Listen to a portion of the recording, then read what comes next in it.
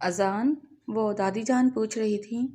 حورین کی آواز اس قدر مدھم اور لرزتی ہوئی تھی جیسے وہ اپنے ہی کہے گئے الفاظ سے خوف زدہ ہو۔ کمرے میں چھائی گہری خاموشی میں اس کی دبی دبی آواز بمشکل ابھری تھی۔ بیڈ پر تکیے کا سہارا لیے اپنے لیپ ٹاپ کی اسکرین پر نظریں جمائے اذان کی انگلیوں کی حرکت کی بورڈ پر ایک لمحے کے لیے رکی، لیکن اس نے سر اٹھا کر دیکھنے کی زحمت نہیں کی۔ وہ اپنے ایک بے حد اہم اور پیچیدہ پروجیکٹ کی پریزنٹیشن مکمل کرنے میں مصروف تھا، اور اس وقت کسی بھی قسم کی مداخلت اس کے لیے شدید کوفت کا باعث تھی۔ کیا پوچھ رہی تھی دادی؟ اور تم وہاں دروازے کے پاس کیوں کھڑی ہو؟ اندر آ کر بات کرو، مجھے ویسے ہی بہت کام ہے۔ اذان کا لہجہ حسب معمول سرد، سپاٹ اور بیزاری سے بھرپور تھا۔ اس کی نظریں ہنوز اسکرین پر گڑی تھیں۔ حورین نے ایک قدم آگے بڑھایا۔ اس کے وجود پر ایک عجیب سی وحشت طاری تھی۔ وہ محض 18 سال کی ایک کم عمر، ناتجربہ کار اور دنیا کے سرد و گرم سے ناواقف لڑکی تھی جسے اس کے بچپن کے کھلونوں سے دور کر کے زبردستی ایک ایسے شخص کے گلے باندھ دیا گیا تھا جو اسے اپنی زندگی کا سب سے بڑا عذاب سمجھتا تھا۔ اس نے اپنے دوپٹے کے پلو کو اپنی لرزتی ہوئی انگلیوں میں جکڑ رکھا تھا۔ دادی کے کہے گئے الفاظ اس کے ذہن میں کسی ہتھوڑے کی طرح بج رہے تھے، لیکن وہ الفاظ اپنے اس غسیلے اور سرد مہر شوہر کے سامنے دہرانا اس کے لیے موت کے منہ میں جانے کے مترادف تھا۔ میں نے کہا تھا دادی جان سے کہ آپ کام کر رہے ہیں، لیکن انہوں نے مجھے زبردستی بھیج دیا، وہ ہکلاتے ہوئے بولی۔ اس کی نظریں فرش پر گڑی تھیں۔ اذان نے ایک گہری جھنجھلاہٹ بھری سانس لی۔ اس نے تیزی سے کچھ ٹائپ کیا اور پھر لیپ ٹاپ کی اسکرین کو تھوڑا سا نیچے کر کے پہلی بار حورین کی طرف دیکھا۔ وہ دروازے سے چند قدم کے فاصلے پر سکڑی سمٹی کھڑی تھی۔ اس کا معصوم چہرہ خوف سے پیلا پڑ رہا تھا اور اس کی بڑی بڑی سیاہ آنکھوں میں آنسوؤں کی نمی تیر رہی تھی۔ صاف صاف بات کرو حورین، میرے پاس پہیلیاں بجھوانے کا وقت نہیں ہے۔ دادی نے کیا کہا ہے؟ اذان کی آواز میں چھپی سختی نے حورین کے قدموں کو مزید منجمد کر دیا۔ اس نے ایک گہرا سانس بھرا۔ دادی جان کہہ رہی تھیں کہ ہماری شادی کو 2 ماہ ہو گئے ہیں۔ حورین کی آواز سرگوشی سے بھی کم تھی۔ اس نے آنکھیں سختی سے میچ لیں تاکہ وہ اذان کے چہرے پر آنے والے طوفان کو نہ دیکھ سکے۔ وہ کہہ رہی تھی کہ اس گھر کو، اس حویلی کو اب وارث کی ضرورت ہے۔ اذان کے دماغ کی رگیں تن گئی۔ اس کے چہرے پر پھیلی اکتاہٹ یا کلفت ایک خوفناک غصے میں تبدیل ہو گئی۔ وارث، یہی وہ ایک لفظ تھا جس نے اس کی پرسکون اور سیٹلڈ زندگی کو ایک جہنم میں بدل دیا تھا۔ دادی کی ضد کی وجہ سے اس ان پڑھ، کم عمر اور بے وقوف لڑکی سے شادی کرنے پر مجبور کیا گیا تھا۔ وہ پچھلے 2 مہینوں سے ہر روز اس ذہنی اذیت سے گزر رہا تھا، اور آج یہ لڑکی خود اس کے کمرے میں آ کر اس کے سامنے کھڑی ہو کر اس سے وارث کا تقاضا کر رہی تھی۔ کیا کہا تم نے؟ اذان کی آواز خطرناک حد تک دھیمی تھی۔ حورین نے گھبرا کر آنکھیں کھولیں۔ اذان کا چہرہ غصے سے سرخ ہو رہا تھا اور اس کی آنکھوں میں ایک ایسی وحشت تھی جس نے حورین کی جان نکال دی۔ میں تو بس دادی کا پیغام۔ اس سے پہلے کہ وہ اپنا جملہ مکمل کرتی، اذان کا صبر مکمل طور پر جواب دے گیا۔ اس نے ایک زوردار جھٹکے سے اپنا لیپ ٹاپ بند کیا اور اسے سائڈ ٹیبل پر پٹکا۔ حورین بری طرح اچھلی اور بے ساختہ 2 قدم پیچھے ہٹ گئی۔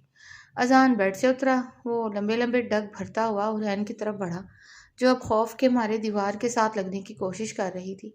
بہت شوق ہے نا تمہیں بچہ پیدا کرنے کا؟ اذان دہاڑا۔ اس کی آواز پورے کمرے کی دیواروں سے ٹکرائی۔ نہیں اذان، میرا وہ مطلب نہیں تھا۔ حورین تیزی سے نفی میں سر ہلاتی کھڑی ہوئی۔ اس کے گالوں پر آنسو بہہ نکلے تھے۔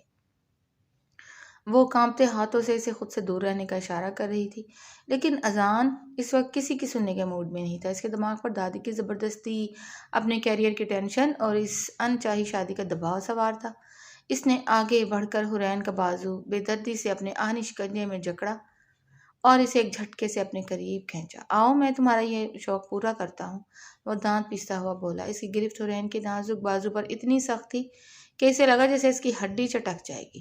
چھوڑے مجھے اذان، مجھے درد ہو رہا ہے، خدا کے لیے۔ حورین کی سسکیاں کمرے کی خاموشی کو چیر رہی تھی۔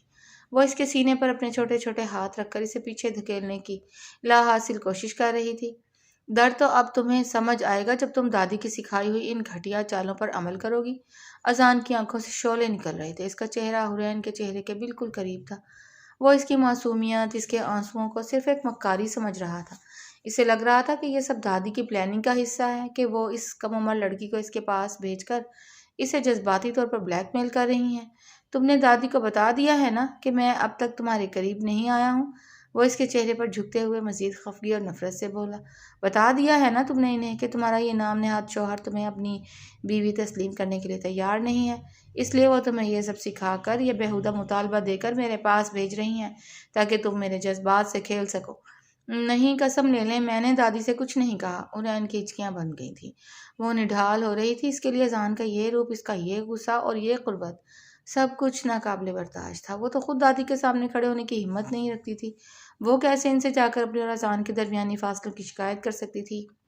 جھوٹ مت بولو مجھ سے، اذان نے اسے بازو سے پکڑ کر ایک زوردار جھٹکا دیا۔ تم جیسی لڑکیاں بہت اچھی طرح جانتی ہیں کہ معصومیت کا لبادہ اوڑھ کر اپنا کام کیسے نکلوانا ہے۔ تمہیں لگتا ہے کہ تم دادی کے پیچھے چھپ کر مجھ پر دباؤ ڈالو گی اور میں تمہارے سامنے گھٹنے ٹیک دوں گا؟ تم سمجھتی ہو کہ تم اس حویلی کی مالکن بن جاؤ گی؟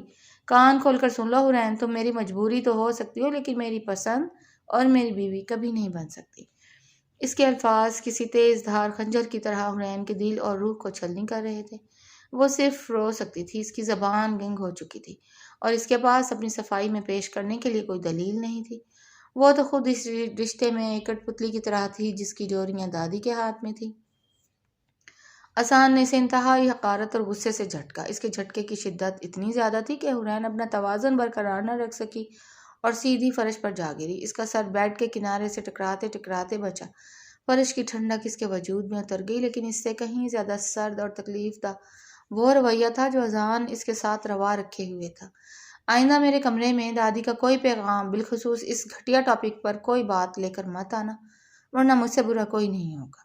اذان نے اپنی انگلی اس کی طرف اٹھا کر آخری وارننگ دی اور اس سے پہلے کہ حورین کچھ کہہ پاتی وہ تیزی سے مڑا اور کمرے کا دروازہ اتنے زور سے بند کر کے باہر نکل گیا کہ دروازے کی آواز پوری حویلی کے پرسکون ماحول میں گونج گئی۔ حورین نے اپنے گھٹنوں کو اپنے سینے سے لگایا اور اپنا چہرہ ان میں چھپا کر پھوٹ پھوٹ کر رونے لگی۔ اس کی سسکیاں رات کے اس پہر میں اس کے اکیلے پن، اس کی یتیمی اور اس کی بے بسی کا نوحہ پڑ رہی تھی۔ اسے سمجھ نہیں آ رہا تھا کہ اس کا قصور کیا ہے۔ وہ وہیں سرد فرش پر بیٹھی اپنے آنسوؤں سے اپنی قسمت کا ماتم کرتی رہی، جبکہ دروازے کے اس پار اذان اپنی انا، غصے اور زبردستی کے اس رشتے کی آگ میں جل رہا تھا، اس حقیقت سے مکمل طور پر بے خبر کہ اس کی یہ آگ ایک دن اس معصوم لڑکی کو پوری طرح راکھ کر دے گی۔ کمرے کا دروازہ اتنی زور سے بند کرنے کے بعد بھی اذان کے اندر ابلتا ہوا لاوا سرد نہیں ہوا تھا۔ وہ لمبے لمبے ڈگ بھرتا ہوا کوریڈور سے گزرا اور سیدھا حویلی کی کشادہ بالکنی میں آ گیا۔ رات کا پچھلا پہر تھا اور جون کی حبس زدہ راتوں کے برعکس آج ہوا میں ایک عجیب سی خنکی تھی۔ اس نے دونوں ہاتھوں سے بالکنی کی آہنی ریلنگ کو اتنی مضبوطی سے جکڑ لیا کہ اس کی انگلیوں کے جوڑ سفید پڑ گئے۔ اس کی سانسیں تیز تھیں۔ وہ ایک پڑھا لکھا، ماڈرن اور اپنی فیلڈ کا ایک کامیاب بزنس مین تھا جس نے اپنی زندگی کے لیے کچھ اور ہی خواب دیکھے تھے، لیکن اس کی زندگی کا کنٹرول تو جیسے کسی اور ہی کے ہاتھ میں تھا۔ اس کا ذہن بے اختیار 2 ماہ پیچھے کے اس منحوس دن کی طرف بھٹک گیا جس دن اس کی زندگی کا سب سے بڑا اور سب سے ظالمانہ فیصلہ اس پر مسلط کیا گیا تھا۔ 2 ماہ قبل کمرے کی فضا میں ایک گھٹن اور تناؤ تھا۔ دادی جان اپنے مخصوص شاہانہ صوفے پر براجمان تھی۔ ان کے چہرے پر ایک ایسی درشتی اور حاکمیت تھی جس کے آگے اس حویلی میں کسی کو سر اٹھانے کی جرت نہیں تھی۔ ان کے برعکس دائیں جانب حورین کھڑی تھی جن کا ہاتھ دادی نے اپنی جھریوں زدہ ہاتھ میں جکڑ رکھا تھا۔ حورین کا رنگ خوف سے سفید تھا اور وہ کسی سہمے ہوئے کبوتر کی طرح کانپ رہی تھی۔ اس کی نظریں اپنے پیروں پر جمی تھیں اور اس کے گال آنسوؤں سے بھیگے ہوئے تھے۔ اذان کمرے کے وسط میں کھڑا تھا۔ اس کا چہرہ غصے، بے بسی اور ناقابل یقین کیفیت سے سرخ ہو رہا تھا۔ اس نے ابھی ابھی دادی کے منہ سے وہ فیصلہ سنا تھا جس نے اس کے پیروں تلے سے زمین کھینچ لی تھی۔ دادی جان، آپ ہوش میں تو ہیں؟ آپ جانتی ہیں کہ آپ مجھ سے کیا مانگ رہی ہیں؟ اذان کی آواز میں ضبط کی شدید کوشش تھی، لیکن اس کا غصہ چھپائے نہیں چھپ رہا تھا۔ دادی نے اپنی گہری نگاہیں اذان پر گاڑ دیں۔ میں بالکل ہوش میں ہوں اذان، اور میرا فیصلہ اٹل ہے۔ اس جمعے کو تیرا اور حورین کا نکاح ہوگا اور یہ میرا آخری لفظ ہے۔ یہ آپ کا آخری فیصلہ ہو سکتا ہے لیکن میری زندگی کا پہلا اور آخری فیصلہ نہیں۔ اذان نے اپنا ہاتھ ہوا میں لہراتے ہوئے شدید احتجاج کیا۔ پھر اس نے انگلی کا اشارہ حورین کی طرف کیا جو اس کے بلند ہوتے لہجے میں مزید سمٹ گئی تھی۔ دادی، خدا کے لیے آنکھیں کھولیں، یہ ایک بچی ہے، محض 18 سال کی، ایک بے وقوف، ڈری سہمی ہوئی بچی۔ اذان پورے کمرے میں ٹہلنے لگا۔ اس کا دماغ پھٹنے کو آ رہا تھا۔ اسے تو دنیا داری کی کوئی سمجھ ہی نہیں ہے۔ آپ میری زندگی، میرا لائف سٹائل، میرا سرکل جانتی ہیں۔ میں ایک کارپوریٹ دنیا کا انسان ہوں۔ مجھے اپنے ساتھ کھڑے ہونے کے لیے ایک پراعتماد اور پڑھی لکھی جیون ساتھی چاہیے، کوئی ایسی لڑکی نہیں جسے خود اپنا خیال رکھنا نہ آتا ہو۔ دادی کا چہرہ مزید سخت ہو گیا۔ یہ کوئی غیر نہیں اذان، میری نواسی ہے، میری خون کا حصہ ہے، لیکن یہ میرے معیار کے مطابق نہیں ہے دادی۔ اذان کی آواز مزید بلند ہو گئی۔ یہ اتنی پڑھی لکھی نہیں ہے کہ میرے شانہ بشانہ چل سکے، میری زندگی میں فٹ ہو سکے۔ آپ مجھ سے کیسے یہ امید کر سکتی ہیں کہ میں اسے اپنی بیوی تسلیم کر لوں گا؟ میں اسے شادی نہیں کر سکتا۔ تو کیا میں اسے سڑک پر دھکے کھانے کے لیے چھوڑ دوں؟ دادی نے اپنی چھڑی فرش پر زور سے ماری۔ ان کی آواز میں بھاکمیت کے ساتھ ساتھ ایک جذباتی دباؤ بھی شامل ہو گیا تھا۔ اس کے ماں باپ ایک حادثے میں اس دنیا سے چلے گئے، اس حویلی کے علاوہ اس کا کون سا ٹھکانہ ہے؟ اور اس گھر کی عزت، اس گھر کی بیٹی میں کسی غیر کے حوالے کر دوں؟ تجھ سے بہتر اس کا محافظ اور کون ہو سکتا ہے؟ میں اس کا محافظ بننے کو تیار ہوں دادی۔ اذان نے دونوں ہاتھ جوڑ دیے۔ وہ بے بسی کی آخری حدوں کو چھو رہا تھا۔ میں اس کی پوری زندگی کا خرچہ اٹھانے کو بھی تیار ہوں۔ اسے کسی اچھے ہاسٹل میں بھیجیں، اس کی پڑھائی مکمل کروائیں، اور جب یہ اس قابل ہو جائے تو کسی اچھے اور مناسب لڑکے سے اس کی شادی کر دیں۔ میں اس کی شادی کے تمام اخراجات بھی اٹھاؤں گا، لیکن خدا را میرے گلے میں یہ توق مت ڈالیں۔ توق؟ دادی کی آواز میں ایک دم لرزش آ گئی۔ انہوں نے حرین کا ہاتھ چھوڑا اور اپنے سینے پر رکھ لیا۔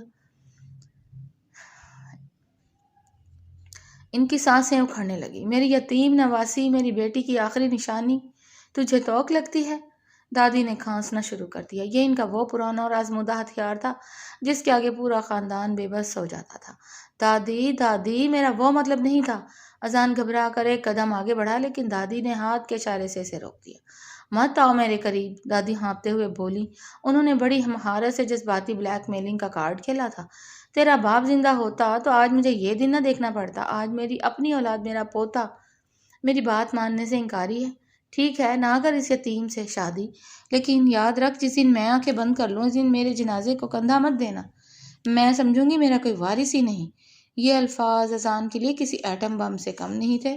خاندانی رعب، دادی کی گرتی ہوئی صحت اور ان کی جانب سے دی گئی اس خوفناک جذباتی دھمکی نے اذان کو چاروں خانے چت کر دیا تھا۔ اس نے بے بسی سے حرین کی طرف دیکھا۔ وہ اب بھی اسی طرح کھڑی رو رہی تھی۔ اذان کو اس کے آنسوں پر ترس آنے کے بجائے شدید غصہ آیا۔ اسے لگا جیسے حرین بھی دادی کے اس کھیل میں برابر کی شریک ہے اور اپنی یتیمی اور معصومیت کا فائدہ اٹھا کر اس کی زندگی عذاب میں ڈال رہی ہے۔ ٹھیک ہے دادی، اذان کی آواز اب ایک بار ہار میں بدل چکی تھی۔ اس نے تھک ہار کر سر جھکا دیا۔ اگر آپ کی اسی ضد میں آپ کی خوشی ہے تو میں یہ شادی کر لوں گا، لیکن یاد رکھے گا آپ مجھے اس لڑکی سے نکاح پر مجبور تو کر سکتی ہیں، لیکن اسے میرے دل میں میری بیوی کا مقام نہیں دلوا سکتی۔ یہ کہہ کر اذان تیزی سے دادی کے کمرے سے نکل گیا تھا اور پیچھے حرین کی سسکیاں اور دادی کی ایک فاتحانہ مسکراہٹ رہ گئی تھی۔ اور اب وہی دادی روز اس سے فارس کی فرمائش کرتی اور وہی سبق حرین کو پڑھا کر اس کے کمرے میں بھیج دیتی۔ اذان نے ایک لمبی اور گہری سانس لی۔ اس کی مٹھیاں اب بھی بھیجی ہوئی تھیں اور دل میں دادی کے خلاف وہی 2 ماہ پرانا غصہ ابل کھا رہا تھا۔ اس نے آسمان کی طرف دیکھا جہاں کالے بادل چاند کو اپنی لپیٹ میں لے رہے تھے۔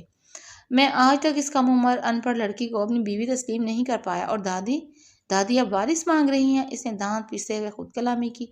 یہ سوچ ہی اس کے لیے کسی بھیانک خواب جیسی تھی۔ حرین جیسی لڑکی جس کے ساتھ وہ 2 منٹ بیٹھ کر کوئی ڈھنگ کی گفتگو نہیں کر سکتا تھا، جس کی نہ کوئی اپنی سوچ تھی اور نہ ہی کوئی اعتماد، وہ اس کے بچے کی ماں کیسے بن سکتی تھی؟ دادی کی یہ نت نئی اور روزمرہ کی ضد اسے شدید ذہنی اذیت دے رہی تھی۔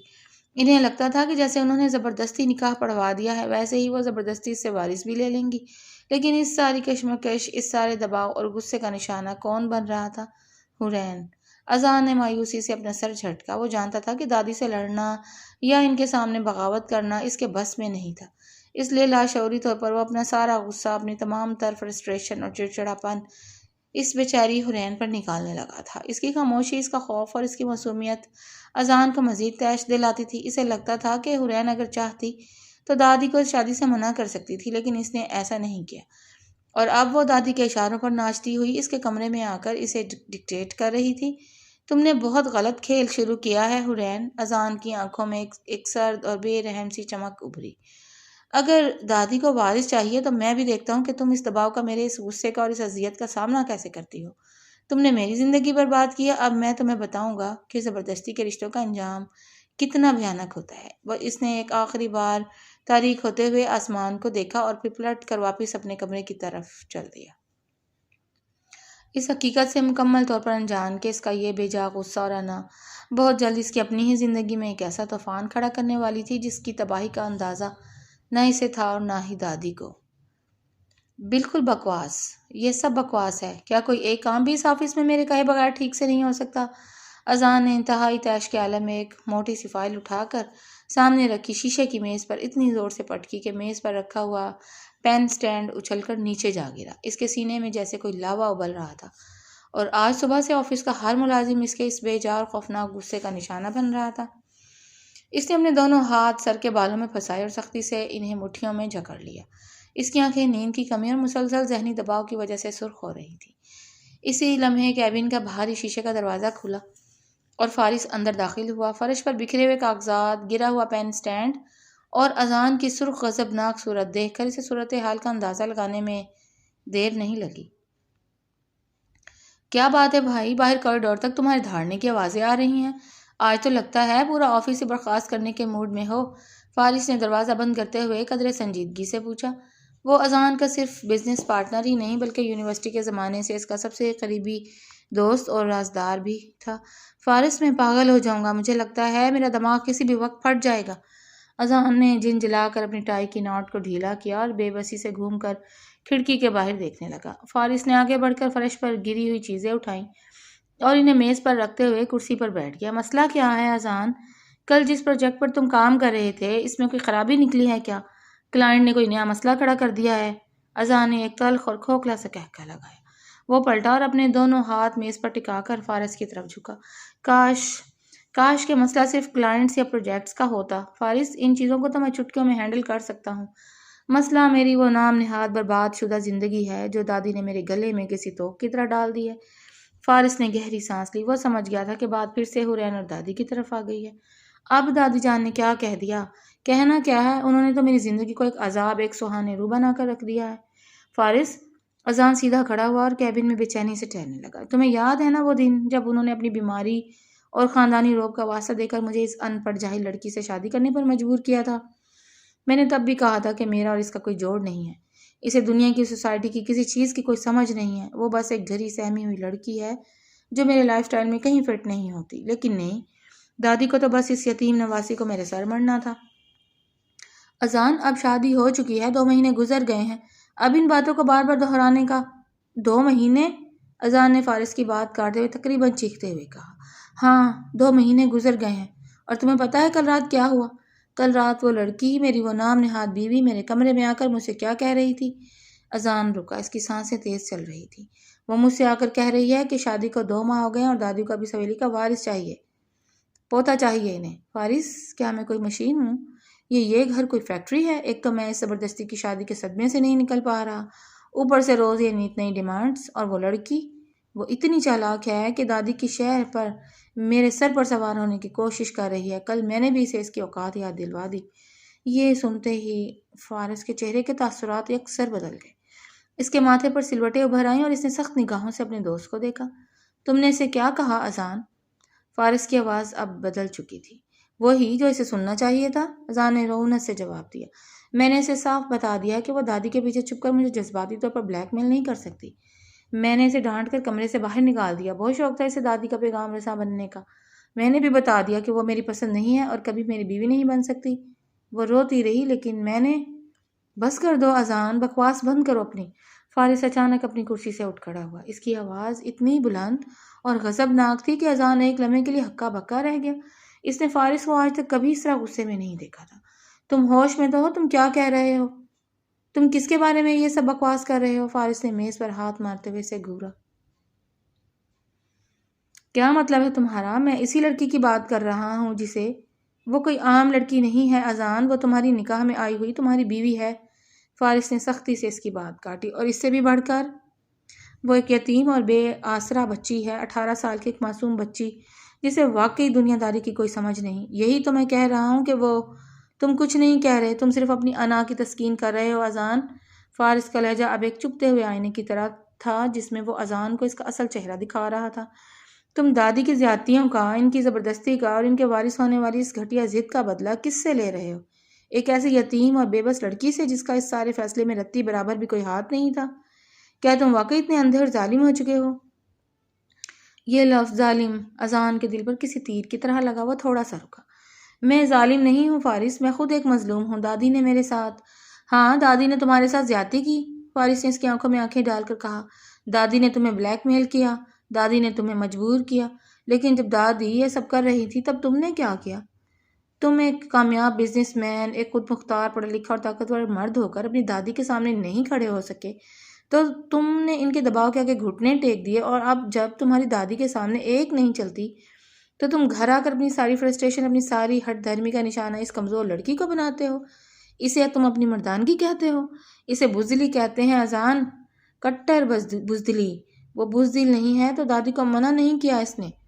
اذان نے آخری دفاعی وار کیا، حالانکہ اس کی آواز کی شدت اب کم ہو چکی تھی۔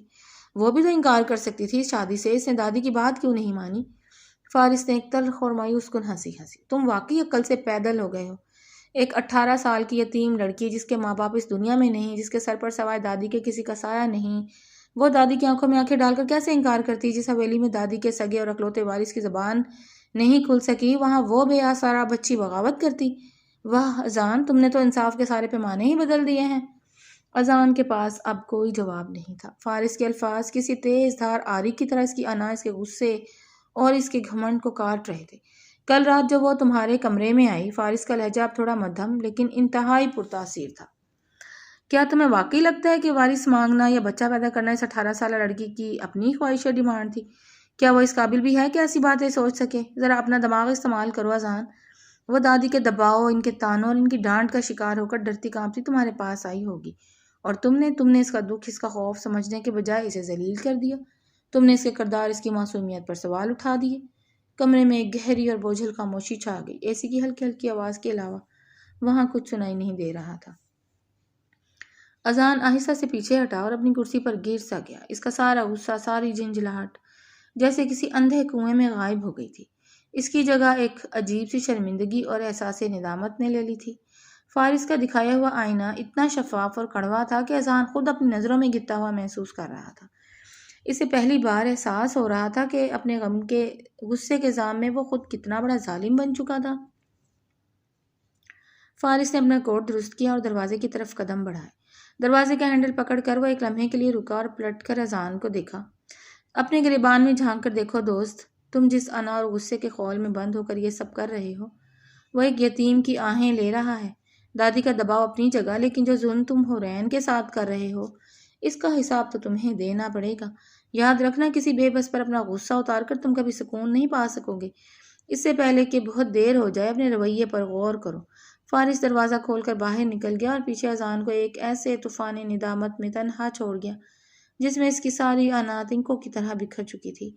وہ خاموشی سے میز پر رکھی فائل کو گھور رہا تھا، لیکن اس کی آنکھوں کے سامنے اب کل رات فرش پر گری ہوئی، سسکتی ہوئی اور کانپتی ہوئی حورین کا چہرہ تھا۔ شام کے سائے تیزی سے گہرے ہو رہے تھے۔ حویلی کے وسیع و عریض اور خوبصورت باغ میں ایک عجیب سی اداسی چھائی ہوئی تھی۔ آسمان پر کالے بادلوں نے ڈیرے ڈال رکھے تھے اور ہوا میں ایک حبس اور گھٹن کا احساس تھا، بالکل ویسا ہی احساس جیسا اس وقت حورین کے دل و دماغ پر چھایا ہوا تھا۔ باغ کے ایک سنسان کونے میں رکھے سنگ مرمر کے بینچ پر حورین اکیلی بیٹھی تھی۔ اس نے اپنے گھٹنوں کو سینے سے لگایا ہوا تھا اور چہرہ ان میں چھپا رکھا تھا۔ اس کا وجود ہلکی ہلکی سسکیوں سے لرز رہا تھا۔ اسے سمجھ نہیں آ رہا تھا کہ وہ کس سے شکایت کرے، کس کے پاس جائے اور کس سے اپنا دکھڑا سنائے۔ اس بڑی سی حویلی میں اس کا اپنا کہنے کو تو کوئی تھا ہی نہیں۔ ارے ارے، حویلی کی نئی نویلی اور لاڈلی بہو اور یوں اکیلی باغ میں بیٹھی آنسو بہا رہی ہے۔ کیا ہوا؟ شوہر نامدار نے آج پھر دھتکار دیا کیا؟ ایک زہر میں بجھی طنزیہ اور چپتی ہوئی آواز نے حورین کو چونکا دیا۔ اس نے گھبرا کر سر اٹھایا۔ سامنے نتاشا کھڑی تھی۔ اس نے انتہائی دیدہ زیب لباس پہن رکھا تھا اور اس کے چہرے پر ایک حقارت آمیز مسکراہٹ سجی تھی۔ نتاشا جو چچی شیریں کی بیٹی تھی اور شروع دن سے ہی اس رشتے کے خلاف تھی، کیونکہ وہ خود اذان سے شادی کے خواب دیکھ رہی تھی۔ حورین نے جلدی سے اپنی دوپٹے کے پلو سے آنسو صاف کیے اور کھڑی ہونے لگی۔ نہیں، وہ بس میری آنکھ میں کچھ چلا گیا تھا۔ اس نے ہکلاتے ہوئے اپنی خفت مٹانے کی ناکام کوشش کی۔ اوہ پلیز، یہ معصومیت کا ڈرامہ میرے سامنے کرنے کی ضرورت نہیں ہے۔ نتاشا نے ہاتھ کے اشارے سے اسے روکا اور طنزیہ ہنسی۔ تمہیں کیا لگتا ہے تم اس گھر کے لوگوں کو بیوقوف بنا سکتی ہو؟ مجھے سب پتہ ہے، اور تم اور اذان ایک ہی کمرے میں دو اجنبیوں کی طرح رہتے ہو، اور ایسا ہو بھی کیوں نہ۔ نتاشا نے 2 قدم آگے بڑھائے اور حورین کا اوپر سے نیچے تک انتہائی حقارت سے جائزہ لیا۔ تم نے کبھی خود کو آئینے میں دیکھا ہے حرین؟ ایک ان پڑھ جاہل اور گنواں لڑکی، تمہیں دنیا داری، فیشن، سوسائٹی، کسی چیز کی کوئی الف بے نہیں پتا، اور تم نے خواب دیکھ لیا اذان بھائی جیسے ماڈرن اور پڑھے لکھے انسان کی بیوی بننے کے۔ وہ ایک کامیاب بزنس مین ہے، اس کا اٹھنا بیٹھنا شہر کے ایلیٹ کلاس لوگوں میں ہے، اور تم تو اس کے ساتھ ایک پارٹی میں کھڑے ہونے کے بھی قابل نہیں ہو۔ نتاشا کے الفاظ کسی تیزاب کی طرح حرین کے روح پر گر رہے تھے۔ وہ پہلے ہی اذان کی باتوں سے ٹوٹی ہوئی تھی۔ نتاشا کے اس وار نے اسے مزید بے بس کر دیا۔ میں نے کوئی خواب نہیں دیکھے۔ حرین کی آواز کپا رہی تھی اور آنکھوں سے آنسوؤں کی لڑی دوبارہ بہہ نکلی تھی۔ دادی جان نے خود میرا نکاح کروایا ہے، میں تو اس گھر میں صرف ایک پناہ چاہتی تھی۔ نتاشا نے ایک زوردار قہقہہ لگایا۔ تم واقعی اتنی بے وقوف ہو یا صرف بننے کی ایکٹنگ کرتی ہو؟ تمہیں کیا لگتا ہے دادی جان نے تم سے کوئی ہمدردی کی ہے یا وہ تم پر کوئی احسان کر رہی ہیں؟ نتاشا اس کے بالکل قریب آ گئی اور اس کی آنکھوں میں آنکھیں ڈال کر انتہائی سرد لہجے میں بولی، میری بات کان کھول کر سن لو حرین، دادی کو صرف اور صرف اس گھر کا ایک خاندانی وراثت کا ایک وارث چاہیے، اپنا پڑپوتا، اور چونکہ اذان بھائی کسی بھی عام لڑکی سے شادی کرنے کو تیار نہیں تھے، اس لیے دادی نے تمہیں ایک بکری کی طرح لا کر قربانی کے کٹہرے میں کھڑا کر دیا۔ تم اذان کی بیوی نہیں، تم صرف اور صرف دادی کی ایک ضرورت ہو۔ حرین کا رنگ پیلا پڑ گیا، اس کے پیروں تلے سے جیسے زمین کھسکنے لگی۔ نہیں، دادی جان مجھ سے محبت کرتی ہیں، وہ ایسا نہیں کر سکتی۔ محبت؟ کیسی محبت؟ نتاشا نے اپنے زہریلے نشتر برسانا جاری رکھے۔ دادی نے بس ایک بیج بونے کے لیے تمہیں اس حویلی میں رکھا ہوا ہے۔ اذان بھائی تم جیسی لڑکی کو کبھی اپنائیں گے نہیں، وہ صرف دادی کی بلیک میلنگ اور ضد کے آگے مجبور ہو کر تمہارے قریب آئیں گے اور بس۔ اور جس دن تم نے دادی کو ان کا وارث دے دیا، جس دن تم نے اس گھر میں بچہ پیدا کر دیا۔ نتاشا نے ایک لمحے کا وقفہ لیا، اس کے لبوں پر ایک شفاف مسکراہٹ تھی۔ بچہ ہوتے ہی اذان تمہیں دھکے مار کر اس حویلی سے نکال دے گا۔ وہ بچہ اس حویلی کا وارث بن کر یہیں پلے گا اور تم سڑکوں پر دھکے کھاؤ گی کیونکہ تمہاری ضرورت پوری ہو چکی ہوگی۔ تم صرف ایک مشین ہو حرین، ایک وارث پیدا کرنے والی مشین جس کی کوئی عزت، کوئی حیثیت نہیں۔ یہ خوفناک اور زہریلی باتیں سن کر حرین پر تو جیسے سکتہ طاری ہو گیا۔ اس کے دماغ میں سائیں سائیں ہونے لگی، اس کی آنکھیں پھٹی کی پھٹی رہ گئیں۔ نتاشا کے الفاظ اس کے ذہن میں ہتھوڑے کی طرح بجنے لگے۔ کل رات اذان کے کہے گئے الفاظ بھی نتاشا کی باتوں کی تصدیق کر رہے تھے۔ تم میری مجبوری تو ہو سکتی ہو، میری پسند اور میری بیوی کبھی نہیں بن سکتی۔ کیا واقعی وہ اتنی بے وقت تھی؟ کیا واقعی اس کا مقدر صرف ایک بچے کو جنم دے کر اس گھر سے بے دخل ہو جانا تھا؟ اس کے سانس سینے میں اٹکنے لگا۔ اچانک آسمان پر ایک زوردار کڑاکا ہوا، بادل اتنی زور سے گرجے کہ حرین کی چیخ نکل گئی۔ اس کے ساتھ ہی آسمانی بجلی کی چمک نے پورے باغ کو ایک لمحے کے لیے روشن کر دیا، اور نتاشا کا مسکراتا ہوا بھیانک چہرہ حرین کو کسی چڑیل جیسا لگا۔ موٹی موٹی بوندیں گرنا شروع ہوئیں اور چند ہی سیکنڈز میں ایک طوفانی اور تیز بارش نے پورے باغ کو اپنی لپیٹ میں لے لیا۔ نتاشا نے اپنے سر پر ہاتھ رکھا اور بارش سے بچنے کے لیے تیزی سے اندر کی طرف بھاگ گئی، لیکن حرین وہیں پتھر کا مجسمہ بنی کھڑی رہی۔ بارش کا ٹھنڈا پانی اس کے گرم آنسوؤں کے ساتھ مل کر اس کے چہرے سے بہہ رہا تھا۔ اس کا دماغ سن ہو چکا تھا۔ خوف، وحشت اور بے بسی کے مارے اس کا دل اتنی زور سے دھڑک رہا تھا کہ اسے اپنا سینہ پھٹتا ہوا محسوس ہو رہا تھا۔ اسے لگا جیسے یہ باغ، یہ درخت، یہ حویلی سب اسے کھا جانے کے لیے اس کی طرف بڑھ رہے ہیں۔ اس کے ذہن میں صرف ایک ہی آواز گونج رہی تھی، وہ تمہیں دھکے مار کر نکال دے گا۔ اس وحشت سے بچنے کے لیے، اس حقیقت سے بھاگنے کے لیے حرین نے اندر حویلی کی طرف دوڑ لگا دی۔ بارش کی شدت بڑھتی جا رہی تھی، اس کا بھاری دوپٹہ پانی سے بھیگ کر اس کے قدموں میں الجھ رہا تھا۔ آنسوؤں کی جھڑی اور تیز بارش کی وجہ سے اس کی نگاہیں دھندلا چکی تھیں۔ اسے سامنے کا راستہ ٹھیک سے دکھائی نہیں دے رہا تھا، بس وہ اندھا دھند بھاگ رہی تھی۔ حویلی کے عقبی دروازے تک پہنچنے کے لیے ماربل کی چند سیڑھیاں چڑھنی پڑتی تھیں۔ بارش کے پانی کی وجہ سے وہ سفید سنگ مرمر کی سیڑھیاں انتہائی پھسلن کا شکار ہو چکی تھیں۔ حرین حواس باختہ ہو کر ان سیڑھیوں کی طرف بڑھی۔ اس نے تیزی سے پہلا قدم رکھا، لیکن اس کا بھیگا ہوا دوپٹہ اس کے پاؤں تلے آ گیا۔ اس نے اپنا توازن برقرار رکھنے کی کوشش کی، مگر دھندلی نگاہوں اور لرزتے قدموں نے اس کا ساتھ نہ دیا۔ اگلے ہی لمحے اس کا پاؤں بری طرح پھسلا۔ حرین کے منہ سے ایک دلدوز چیخ نکلی، مگر طوفانی بارش اور بادلوں کی گرج نے اس کی چیخ کو وہیں دبا دیا۔ وہ تیزی سے پیچھے کی طرف گری اور اس کے سر کا پچھلا حصہ پوری قوت سے ماربل کی سخت سیڑھی کے کنارے سے ٹکرایا۔ ایک لمحے کے لیے اس کی آنکھوں کے سامنے ہزاروں تارے جھلملائے۔ دماغ میں ایک زوردار دھماکہ ہوا اور پھر ایک گہرا اندھا اور پرسکون اندھیرا اس کی آنکھوں پر چھا گیا۔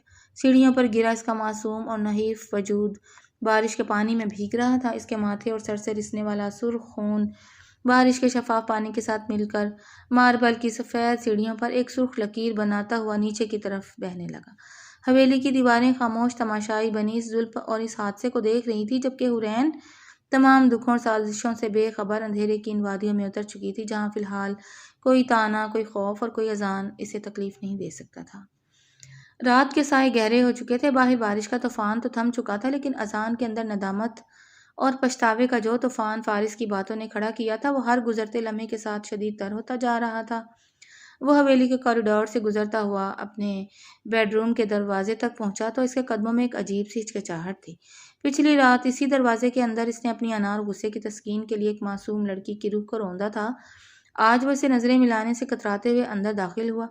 کمرے میں گھپ اندھیرا تھا۔ اذان نے دھڑکتے دل کے ساتھ دیوار پر لگا سوئچ آن کیا۔ روشنی ہوتے ہی اس کی نظریں بے ساختہ بیڈ کی طرف اٹھیں اور پھر وہیں جم گئیں۔ اس کے قدم جہاں تھے وہیں منجمد ہو گئے۔ حورین بیڈ پر بے سود پڑی تھی۔ اس کا لباس بارش کے پانی اور کیچڑ سے لت پت تھا، بال الجھے ہوئے تھے اور سب سے ہولناک منظر وہ سرخ خون تھا جو اس کے ماتھے سے رس کر اس کی پیلے اور زرد چہرے پر جم چکا تھا۔ تکیے کا سفید غلاف بھی خون کی سرخی سے داغدار ہو رہا تھا۔ حورین! اذان کے منہ سے ایک بے ساختہ اور لرزتی ہوئی چیخ نکلی۔ وہ دیوانہ وار بھاگتا ہوا بیڈ کے قریب پہنچا اور گھٹنوں کے بل فرش پر گر پڑا۔ اس کے ہاتھ کانپ رہے تھے۔ اس نے ڈرتے ڈرتے اپنا ہاتھ حورین کے برف جیسے ٹھنڈے گال پر رکھا۔ تم نے دادی کی زیادتیوں کا بدلہ ایک یتیم اور بے آسرا لڑکی سے لیا ہے، اس کا حساب تمہیں دینا پڑے گا۔ فارس کے الفاظ کسی ہتھوڑے کی طرح اس کے دماغ پر برسنے لگے۔ اس کا دل ایک دم دھڑکنا ہی بھول گیا۔ کیا اس کے دیے گئے ذہنی دباؤ اور خوف نے اس لڑکی کی جان لے لی؟ نہیں، یہ نہیں ہو سکتا تھا۔ اذان نے تیزی سے اس کی نبض چیک کی جو ڈوبتی ہوئی محسوس ہو رہی تھی لیکن چل رہی تھی۔ اس نے ایک لمحہ بھی ضائع کیے بغیر وارڈروب سے فرسٹ ایڈ باکس نکالا۔ اس کے ہاتھ آج ایک 18 سالہ لڑکی کے ماتھے سے خون صاف کرتے ہوئے بری طرح کانپ رہے تھے۔ اس نے روئی کو اینٹی سیپٹک میں بھگو کر انتہائی نرمی سے حورین کے ماتھے پر لگا گہرا زخم صاف کیا۔ ہر بار جب روئی زخم سے ٹکراتی اذان کا اپنا دل تکلیف سے سکڑ جاتا۔ اس نے اس کے زخم پر مرہم لگایا اور پٹی باندھی، پھر تولیہ لے کر اس کے بھیگے ہوئے بال سکھانے لگا۔ اس قربت میں پہلی بار اس نے حورین کے چہرے کو اتنی غور سے دیکھا تھا۔ اس کی بند آنکھوں کے گرد حلقے پڑ چکے تھے اور اس کی معصوم چہرے پر ایک ایسی گہری اداسی اور خوف جم چکا تھا جو کسی بھی پتھر دل انسان کو پگھلانے کے لیے کافی تھا۔ کچھ دیر بعد حورین کی پلکوں میں ہلکی سی جنبش ہوئی۔ اس نے تکلیف سے ایک مدھم سی کراہ نکلی۔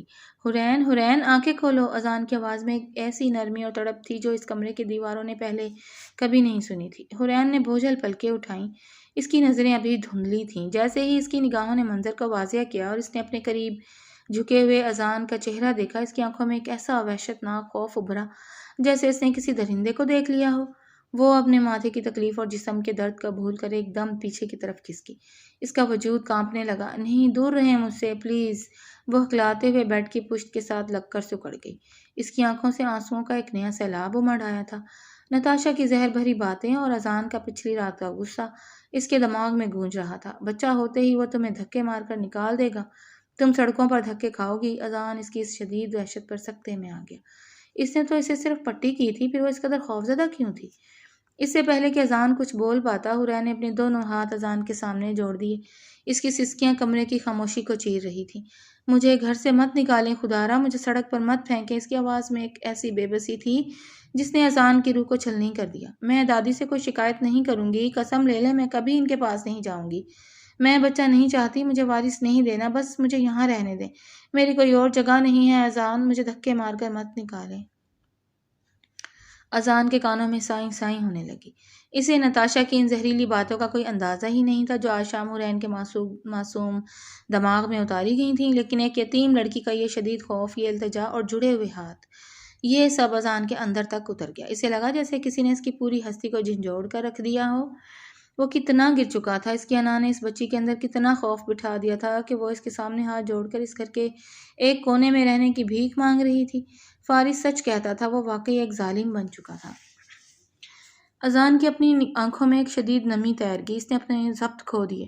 وہ بیڈ پر آگے بڑھا اور اس سے پہلے کہ حورین مزید پیچھے ہٹتی، اذان نے اپنے دونوں مضبوط ہاتھوں میں حورین کے کانپتے جڑے ہوئے ہاتھ تھام لیے۔ حرین نے ڈر کر آنکھیں میچ لیں۔ وہ کسی جھٹکے یا تھپڑ کے انتظار میں تھی، لیکن اس کی بجائے اسے اپنے ہاتھوں پر ایک گرم اور نرم گرفت محسوس ہوئی۔ میری طرف دیکھو حرین، اذان کی آواز روندھی ہوئی تھی۔ حرین نے ڈرتے ڈرتے آنکھیں کھولیں۔ اذان کی آنکھوں میں آج کوئی غصہ، کوئی نفرت یا حقارت نہیں تھی، وہاں صرف ایک گہرا دکھ اور شرمندگی اور ندامت تھی۔ تمہیں کوئی اس گھر سے نہیں نکالے گا، اذان نے اس کے ہاتھوں کو ہلکا سا دباتے ہوئے ایک ایک لفظ پر زور دے کر کہا۔ یہ تمہارا گھر ہے، تم میری مجبوری نہیں، میری بیوی ہو، اور اس گھر پر تمہارا اتنا ہی حق ہے جتنا میرا۔ حرین کی ہچکیاں تھم گئیں۔ وہ حیرت اور بے یقینی سے اذان کو دیکھنے لگی۔ کیا یہ وہی شخص تھا جس نے کل رات اسے حقارت سے فرش پر گرا دیا تھا؟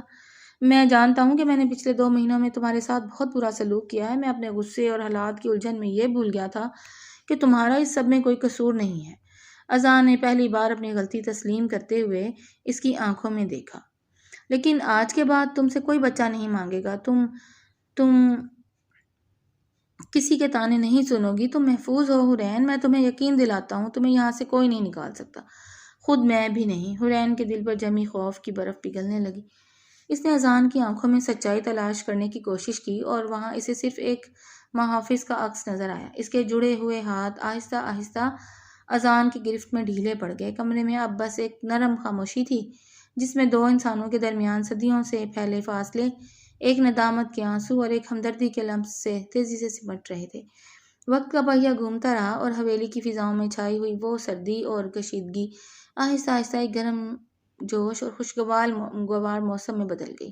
حرین کے ماتھے کا زخم تو وقت کے ساتھ بھر گیا، لیکن اس زخم نے ان دونوں کے درمیان رشتے کی ایک نئی بنیاد رکھ دی تھی۔ اذان نے اپنے وعدے کے مطابق حرین کو تعلیم کی راہ پر گامزن کیا۔ اب شام کے وقت حرین کی لائبریری میں ایک خوبصورت منظر دیکھنے کو ملتا۔ اذان اپنے لیپ ٹاپ پر کام کرتا اور اس کے برابر میں بیٹھی حرین اپنی کتابوں میں مگن ہوتی۔ ایک سپہر جب سورج کی سنہری کرنیں لائبریری کی کھڑکیوں سے چھن کر فرش پر اتر رہی تھیں تو حرین نے کتاب بند کی اور انگڑائی لی۔ اذان نے اپنی نظریں اسکرین سے ہٹا کر اس کی طرف دیکھا۔ حرین کا چہرہ پہلے سے کہیں زیادہ پرسکون اور اعتماد سے بھرپور تھا۔ تھک گئی ہو؟ اذان نے مسکرا کر پوچھا۔ حرین نے شرماتے ہوئے سر ہلایا۔ تھوڑی سی، پر یہ سبق بہت دلچسپ تھا، مجھے نہیں معلوم تھا کہ تاریخ پڑھنا اتنا اچھا لگے گا۔ اذان نے لیپ ٹاپ ایک طرف رکھ دیا اور کرسی گھما کر حرین کے سامنے ہو گیا۔ اس نے حرین کا ہاتھ تھام کر اپنے ہاتھوں میں لیا۔ تم بہت ذہین ہو حرین، بس کبھی کسی نے تمہیں موقع نہیں دیا تھا۔ حرین نے نظریں جھکا لیں، لیکن اس کے لبوں پر ایک ہلکی سی مسکراہٹ تھی۔ آپ کا شکریہ اذان، مجھے یہ سب سکھانے کے لیے اور مجھے سمجھنے کے لیے۔ اذان نے جھک کر اس کا ہاتھ اپنے ہونٹوں سے چھو لیا۔ شکریہ تو مجھے کہنا چاہیے حرین، تم نے میری زندگی میں وہ سکون لا کر دیا ہے جس کی مجھے تلاش تھی۔ وہ جو زبردستی کا رشتہ تھا وہ ایک خوبصورت انتخاب بن گیا ہے۔ ان کے درمیان اب خاموشی بھی پرلطف ہوتی تھی۔ نتاشا اور چچی شیریں کی سازشیں جو کسی وقت حویلی کی دیواروں کو ہلا دیتی تھیں، اب اذان اور حرین کی باہمی محبت اور اعتماد کے سامنے بے بس ہو چکی تھیں۔ اذان نے دادی کو بھی بہت پیار سے یہ باور کرا دیا تھا کہ ان کی ازدواجی زندگی میں کسی کی مداخلت قبول نہیں ہوگی۔ رات کا کھانا کھا کر وہ دونوں باغ میں ٹہلنے نکلے۔ حویلی کے باغ میں پھول کھلے ہوئے تھے اور فضا میں چنبیلی کی خوشبو بسی ہوئی تھی۔ اذان نے اپنا بازو حرین کے کندھوں کے گرد لپیٹ لیا، جس سے حرین کو ایک عجیب سی ڈھارس ملی۔ اذان، حرین نے نرمی سے پکارا۔ جی، کیا ہم ہمیشہ ایسے ہی رہیں گے؟ کیا وقت گزرنے کے ساتھ یہ سب بدل تو نہیں جائے گا؟ حرین کی آواز میں ایک ہلکا سا اندیشہ تھا۔ اذان رکا اور حرین کے سامنے کھڑا ہو گیا۔ اس نے حرین کے بالوں کو پیچھے کیا اور اس کی آنکھوں میں جھانکا۔ وقت بدلتا ہے حرین، لیکن محبت کی بنیاد اگر دوستی پر ہو تو وہ کبھی نہیں بدلتی۔ میں نے تمہیں صرف ایک بیوی کے طور پر نہیں، اپنی بہترین دوست کے طور پر پایا ہے، اور میں وعدہ کرتا ہوں کہ زندگی کی ہر مشکل میں تمہارے ساتھ ہوں۔ حرین نے مسکرا کر اذان کے سینے پر سر رکھ دیا۔ میں نے کبھی نہیں سوچا تھا کہ میری زندگی میں اتنا سارا پیار لکھا ہوگا۔ اذان نے اسے اپنے قریب کر لیا۔ تمہارے مقدر میں خوشیاں ہی لکھی تھیں، بس ہم دونوں کو ان تک پہنچنے کا راستہ ڈھونڈنا تھا۔ کچھ ماہ بعد حویلی میں ایک نئی خوشی نے دستک دی۔ دادی اب پہلے سے کہیں زیادہ نرم پڑ چکی تھیں۔ ایک صبح حرین کو جب طبیعت کی ناسازی محسوس ہوئی اور ڈاکٹر نے خوشخبری سنائی تو اذان کی خوشی کا ٹھکانہ نہ رہا۔ وہ دوڑتا ہوا کمرے میں داخل ہوا جہاں حرین آئینے کے سامنے کھڑی تھی۔ اذان نے پیچھے سے آ کر اس کے کمر کے گرد بازو حمائل کر دیا اور اسے اپنی طرف گھمایا۔ سنا میں نے حویلی میں ایک ننھے مہمان کی آمد متوقع ہے۔ اذان کی آواز میں جوش اور گہری محبت تھی۔ حرین شرما کر سرخ ہو گئی۔ ہاں، آپ خوش ہیں؟ اذان نے جھک کر اس کی پیشانی پر بوسہ دیا۔ میں دنیا کا خوش قسمت ترین انسان ہوں۔ مجھے اب کسی کی فکر نہیں، مجھے فکر ہے صرف تم اور اس آنے والے بچے کی۔ حورین نے اپنی ہتھیلی اذان کے سینے پر رکھی۔ یہ سب آپ کی وجہ سے ہے اذان۔ اذان نے مسکرا کر اس کا ہاتھ تھاما۔ زندگی اب ایک خواب جیسی تھی۔ حویلی کے برآمدے میں اب بچے کی کلکاریاں گونجنے لگی تھیں۔ دادی اسے اپنی گود میں لیے پھولے نہیں سماتی تھی۔ نتاشا اب حسد کے بجائے اپنی زندگی میں مگن تھی، کیونکہ وہ جان گئی تھی کہ اذان کا دل اب صرف حورین کے لیے دھڑکتا ہے۔ ایک شام جب اذان آفس سے گھر لوٹا تو دیکھا کہ حورین باغ میں ننھے سے اذلان کو جھولے میں ڈال رہی تھی۔ اذان نے خاموشی سے جا کر حورین کے کندھوں پر ہاتھ رکھا۔ حورین نے پیچھے مڑ کر دیکھا تو اس کے چہرے پر ایک ایسی چمک تھی جو صرف سچی محبت کرنے والوں کے چہرے پر ہوتی ہے۔ تھک گئے ہوں گے؟ حورین نے نرمی سے پوچھا۔ تمہیں اور اذلان کو دیکھ کر ساری تھکاوٹ اتر جاتی ہے۔ اذان نے جھولے کو ہلکا سا دھکا دیا۔ حورین نے اذان کا ہاتھ تھاما۔ اس کی زندگی کا وہ سفر جو نفرت، زبردستی اور خوف سے شروع ہوا تھا، اب ایک مکمل اور خوشگوار داستان بن چکا تھا۔ انہوں نے ثابت کر دیا تھا کہ محبت کا کوئی بھی موسم ہو، اگر ساتھ مخلص ہو تو ہر خزاں بہار میں بدل سکتی ہے۔ اذان نے حورین کو اپنے ساتھ لگایا اور افق پر ڈوبتے سورج کو دیکھتے ہوئے سوچا کہ زندگی کتنی خوبصورت ہو سکتی ہے اگر ہم صبر کریں اور ایک دوسرے کو سمجھنے کی کوشش کریں۔ وہ ایک دوسرے کے لیے صرف جیون ساتھی نہیں بلکہ ایک دوسرے کا سکون بن چکے تھے۔ اس کہانی کا سب سے خوبصورت پہلو یہ ہے کہ اس نے یہ حقیقت اجاگر کی کہ زبردستی مسلط کیے گئے رشتے صرف دو انسانوں کو نہیں بلکہ ان کی سوچ، احساسات اور اعتماد کو بھی زخمی کر دیتے ہیں۔ حورین کا کردار صبر، معصومیت اور خاموش برداشت کی علامت بن کر سامنے آیا، جو مسلسل اذیت کے باوجود اپنی شرافت اور نرم دلی سے محروم نہیں ہوئی۔ جبکہ اذان کا کردار یہ سکھاتا ہے کہ تعلیم، کامیابی اور حیثیت انسان کو بڑا ضرور بنا سکتی ہے، مگر اصل عظمت اپنے رویوں اور انصاف میں ہوتی ہے۔